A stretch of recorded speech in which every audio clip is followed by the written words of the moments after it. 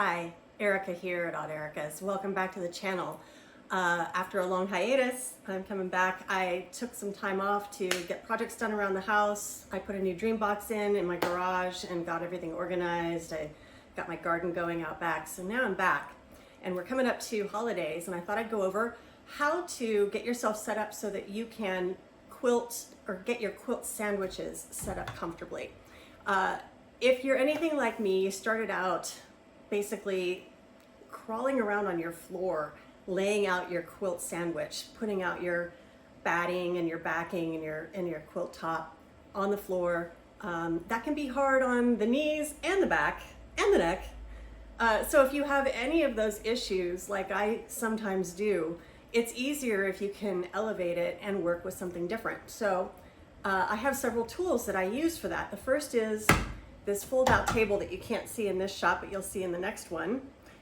This fold-out table my sister-in-law got for me years ago, and I can fold it down to a smaller size and stow it away in the closet, so it's kind of nice that way. So I use this.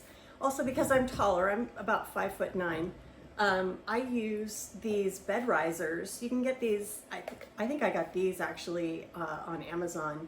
You can probably get them at other furniture stores or hardware stores, things like that. But these are 6-inch bed risers. If you're a little shorter than I am, 4 inches. If you're taller than I am, you can get these and then get the 4-inch ones and stick them on top and elevate it even higher. So there's lots of options. It's super flexible. The next thing I use are these clips to help stabilize my quilt and my basically my quilt sandwich on my table. The next thing that, as most of you know, are indispensable, these little quilt safety pins. And if you're not familiar with these, they're different than normal safety pins. They have a little curve in them, but there's a little curve in them to assist in getting your quilt sandwich, to get this in through the quilt sandwich and be able to fasten it properly without any real discomfort or disease.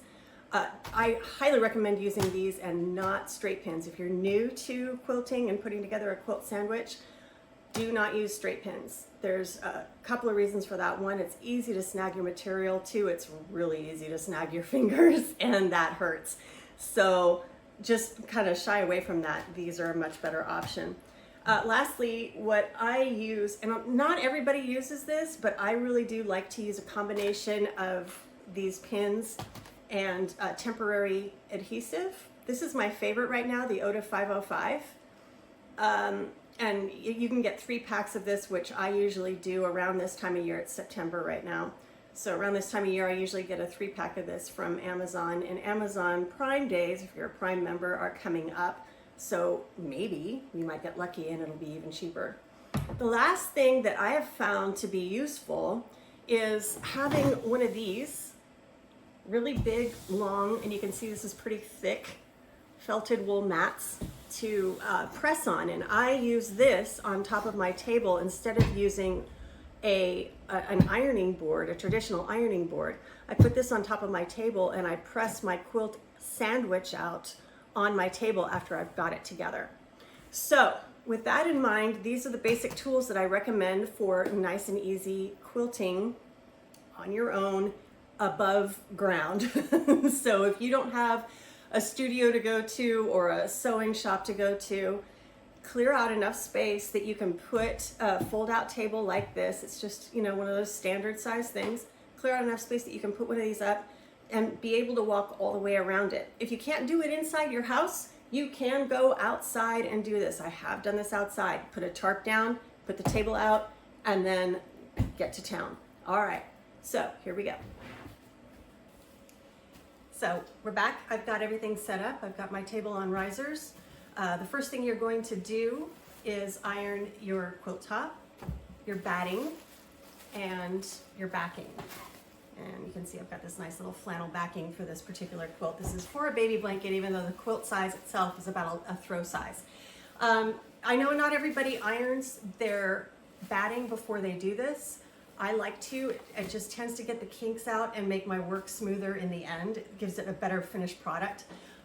This, because it is 100% cotton, is not that big of a deal. If you are ironing though something that is a polyester blend or all polyester or wool or something like that. In fact, wool, I'm not even sure I would attempt it. But if you're doing a blend, use a much lower setting on your iron. But this is an important step. At the very least, get your top and your back ironed out flat before you start assembling your quilt sandwich. So I've got everything present here. I've got my iron, I've got my wool mat to iron on this table. Don't try to iron on a regular table, obviously, but just in case anyone was thinking, oh, I've got a wood table, I can just iron it. No, it's probably got, no, just no, don't do it. But then I've got all my other things here ready to go so that when we do the quilt sandwich, we're all set. So hang tight, I'm gonna iron, and then we'll go to the next step. Okay, we're back. A couple things to note. I ironed all my materials as previously discussed. What I have done here is lay out my quilt top on top of my quilt batting. I like to start with the top first. It makes it a little easier for me to kind of get my hands around it and just make sure that the top is on there nice, clean, smooth, and all of that. And I start typically at kind of the top left corner. That's usually where I start. As you can see, this is about a throw size blanket or throw size quilt, and that's the size of batting that I have. It gives me roughly, I think this is about a 5-inch border outside of the quilt top, 4 or 5 inches, something along those lines, which is kind of what you want. You want to give yourself a little bit of space. I would say minimally 3 inches, but I like to have 5 or so. One other thing I want to note, with most batting, there's a right side and a wrong side. And the easiest way to tell that is to take a straight pin and stick it through. If it goes through very easily, then you are on the right side, and you want to have your quilt top on the right side because the needle from the machine is going to go down through there. If you flip it and it's on the other side and you put your quilt top on the wrong side, what happens typically when you're sewing on a machine, when you're quilting on a machine, you'll end up with something called bearding, and that's where the needle on the machine pulls up material from the batting through your quilt top. So you just want to avoid that. You want to start with your quilt top on the right side of the batting. So once we have that done, what I have done here is pin using these little pins, these little safety pins that are made for quilting, like I spoke of before. I've pinned across the center line, the horizontal center line of my quilt here. And the reason I'm doing that is what I'm going to do is now baste my quilt down, my quilt top down, using my temporary adhesive base. Okay, so I do this from the center out on both sides, and I'll show you from this side. I'm just going to push this away from me a little bit. So my pinned area is now right kind of on the edge of my tabletop here. And what I'm going to do to make sure that this just sort of stays put is use these clips. And I'm only going to use 3 of them, and just make sure that this kind of gets anchored onto my table, doesn't fall off, doesn't go anywhere while I'm working. You don't necessarily have to do that, but I just find that it's a little bit easier. I've run into situations, one never knows, an animal can run through here and cause a lot of problems. So I just use that as a precaution. All right, then from here, I'm going to flip this right on open, and I'm going to spray about a 10-inch swath across the center line here, pull the quilt top over that, smooth it out from the center toward me, and then do another 10-inch or so swath after that. I'm going to make sure I have any little threads or anything that are in the way. I'm going to get those out of the way. Make sure you do this, by the way, in a ventilated area. I've got windows and doors open right now, so it's not really a big problem. If this were a bigger job, I would probably put more stuff down on the floor just to protect the floor in case if there were a breeze, to protect stuff from getting hit with any of this adhesive. But right now it's pretty calm. So make sure you're ventilated. And if you are sensitive to chemicals in any way, shape, or form, I highly recommend wearing a mask while you do this. Okay.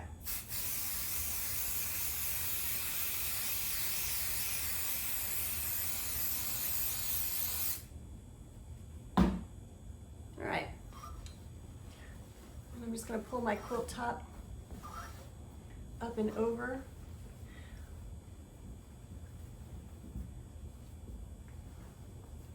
And from the center out, I'm going to smooth this down.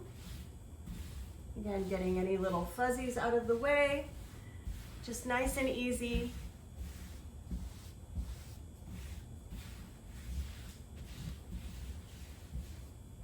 And having those clips there also makes this easier as well. Having the clips there makes it, make sure that this stays firm while I'm smoothing this out.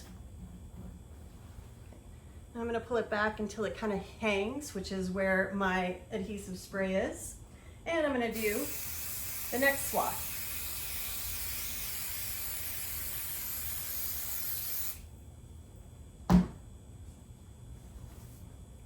Just like so. And you'll notice there is a distinct lack of bending down and crawling on your knees here, which is what I like. This makes life so much easier for me. It saves my back from a lot of trauma that it just doesn't need, saves my knees from a lot of trauma, and saves my husband from a lot of trauma from me whining after I've done this. So everybody's happier this way. All right, I need to move this quilt now just a little bit. So I'm going to take these clips off and I'm going to move this out of the way just enough that I can get the last little bit of this quilt basted down on this side.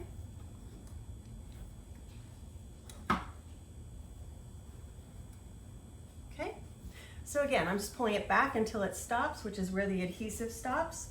And then I'm just going to put the last line on this side down.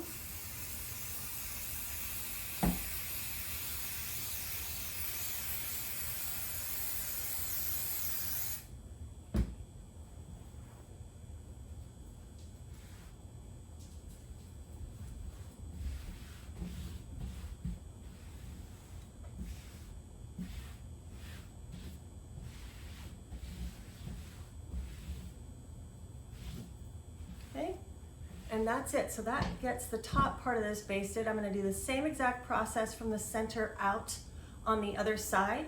And then we'll come back and I'll show you how I do the backing onto this quilt sandwich batting. Okay, we're back. There are a couple of ways you can do this from here. I've finished basting this quilt down. And recall that we have this line of pins right here that is holding this down. This is just the quilt top and the batting. Now we want to get our backing on there. You can flip this over and put the backing on and go from there, except that our pins are already right here, kind of holding this center in place. So what I like to do is put the backing down, wrong side up, and then place this part of the quilt sandwich that I've already done on top of it, and then repin down the center. So I'm going to grab this backing, I'm going to put it down on here with the wrong side of the backing up, and then I'm just going to position this on top and pin the top down, and then we'll go through the same process again of basting using the basting spray. Okay, so now what I've done is put the backing down on the table. I lined up the center line of my backing because my backing is not 108-inch width backing. It is standard, I think it's a 44-inch width. So I sewed a vertical seam down the backing to make it. And I lined up that vertical seam with the center line of my fold-out table, which was pretty easy to do.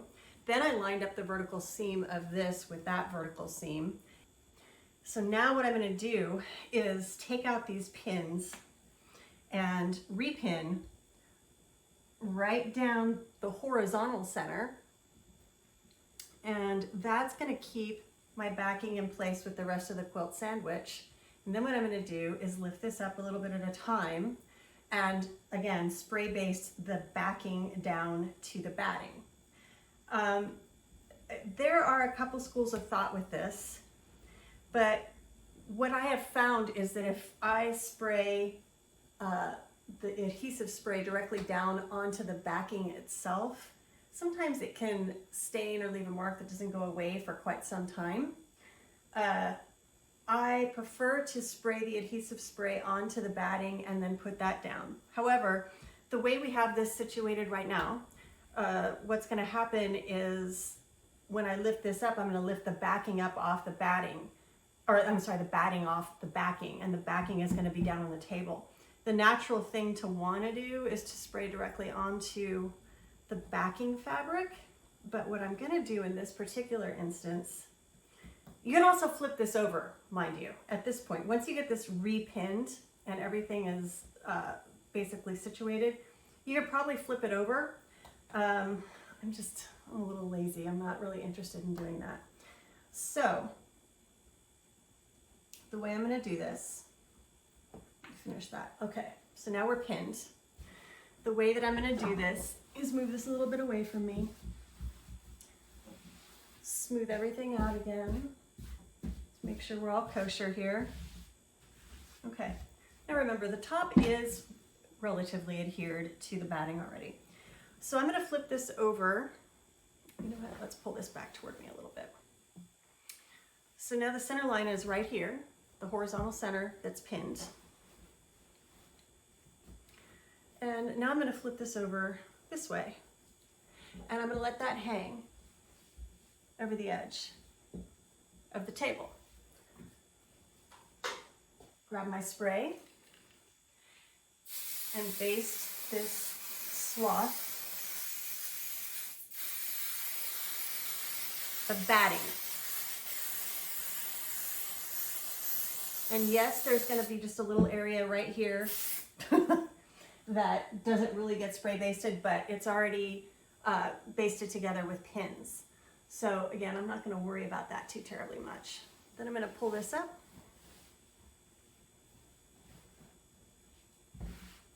And again, go through the process of just smoothing it right on down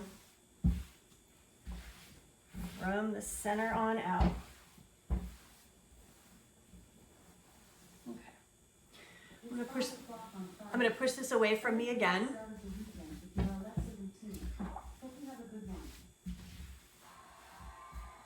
My Alexa is talking to me and reminding me that it's 5 o'clock on Friday. All right. So now I've pushed it away from me again. I'm going to pull it up until it catches, which is where the basting stopped. Baste this again. So next swath of batting that I'm going to baste down.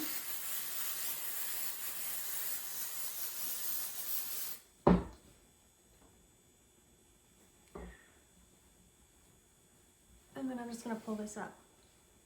Now, keep in mind, this is a throw size project, and you can probably manage a throw size project by yourself. However, it might be helpful if you have a bigger, like a queen or a king size project, or even a full. If you have a larger project that you're working on, might be handy to have an extra pair of hands with you, just to help flip things over and smooth things out. And if you're going to do that, I suggest getting as much done ahead of time as possible on your own, and then just being prepared to rapid fire through it, and then maybe, you know, have a pizza and beer or a glass of wine and cheese or something afterwards. Offer a bribe. Bribes do work. I use them frequently with my friends, although I don't have to, but it's, you know, it's just a nice excuse to get together and be social. So, last little bit on this side.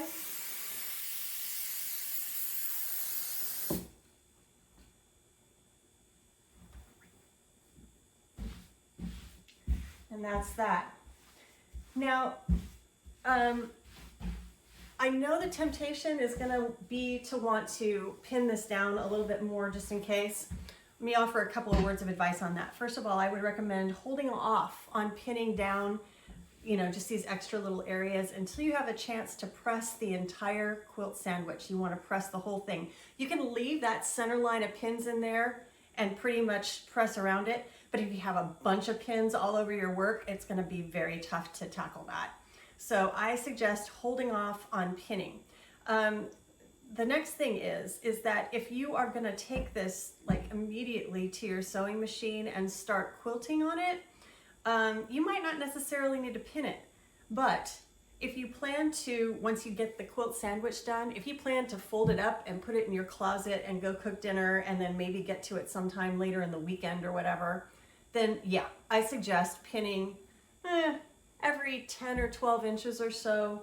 Kind of pin at the corners, make sure that's tacked down, pin at the edges, pin a couple places in between, and just make sure it's not going to go anywhere while it's in storage and when you're folding it and then opening it up again. Beyond that, you should be just fine. So that is how I like to put together my quilt sandwiches without the pain. I hope you enjoy the tutorial. Thanks so much for watching. Take care.